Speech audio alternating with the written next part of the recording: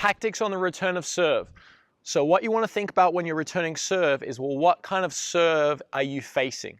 If you're getting smashed and bombed and it's a really hard serve to return, you might have less aggressive mentality for what you're trying to do with the ball. If you're facing a very weak serve, maybe you can start setting yourself up or hitting winners even off the return, where now you can control the point a lot sooner. So there's a lot of a damage control mentality into what you're actually trying to achieve. Okay, that's the thought number one. I've addressed this in a previous video, so if you're up to this video and you haven't understood the concepts of return of serve, check those out. For this specifically, I want to talk about strategy. So if you're interested in technique or how to hit the return, that's in the other videos. What I want you to think about now is, well, what am I actually trying to do with the ball? What strategy am I using to set myself up? So today I'm sitting here on the ad side. So my forehand, I'm right-handed in the middle, my backhand's out wide.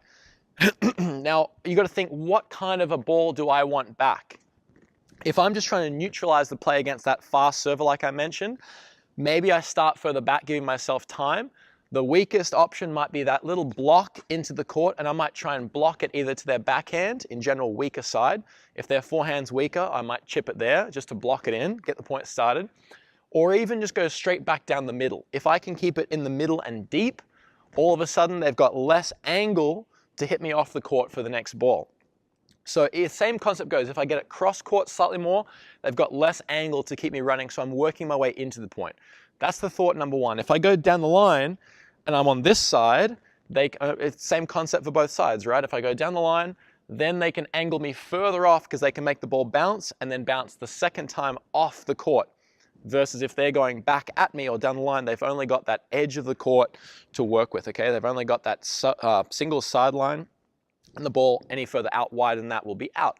Okay, so the return is really, really important based on where you hit it. If you do go down the line, you probably want to attack it a little bit more where they can't get it so easily. If they whip you around for a winner and you've attacked it fast, they're gonna win the point pretty easily. So be careful. You either go for it and hit that winner, or you get ready to run and cover that court that they can now open you up on. That's number one. When you get more aggressive, right, and you're splitting and you're coming forwards more, now you can start crunching returns a little bit more. The same shot selection and strategy applies, but now you might start thinking, well, what kind of ball do I want to hit next? Do I want my forehand or backhand? So if you're trying to hit winners, you could take the ball early and use more angles. That's obvious.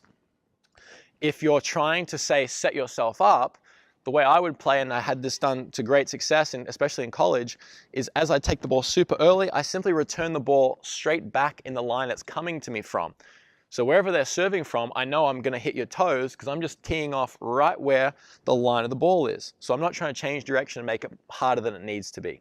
So as it comes to me, if it's a forehand, I'm just crunching it back to the middle. If it's backhand, I'm crunching it back to the middle. So I'm trying to get it down near their toes where they've got to flick it up. And now all of a sudden I've got the weak ball where now I'm in the point. That's my strategy. If you're feeling comfortable hitting the corners, maybe you can start going for more. But let's say I'm on the ad side and I hit a backhand cross court. Well, that ball might come back to me a bit more. It's a good way to get the point started. Even if I attack the ball more and I got them off the court, I've already set them up. Now I might look for my forehand. Okay, same thing like I said before. Maybe I attack down the line, but I've got to look for that tough one to make it hard for them so I'm not getting whipped off to the other side. Okay, so they're the strategies. If you're going cross court, you're kind of in the point. You don't have to recover as far to the middle to get the next ball. Same concept goes on the forehand side. What I want you to think of the forehand side is, well, what shot do I want back again? If I go forehand cross court, they've got to come back at you. Maybe you find your forehand again. If you're hitting a backhand from down the middle, maybe you can go back at them, cut off that angle away where they can hit to your backhand. If you go backhand back down the line, on the side you're already on that forehand side, now they're whipping you off further to your backhand side, that might cause you problems. So start thinking about where you're returning that ball, how deep is it, okay, and how easily are they in that point off that first shot? Are they really crunching it and attacking you off that first ball? Or are they struggling and it's then pretty neutral? It's a pretty even point all of a sudden where you're now in the point, you've established yourself, and then you can look to win.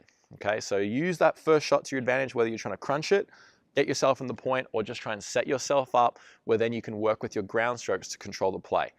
One last thing on return of serves is it's not really winner central, okay? The smart players aren't trying to hit winners every time. It's really about setting your opponent up.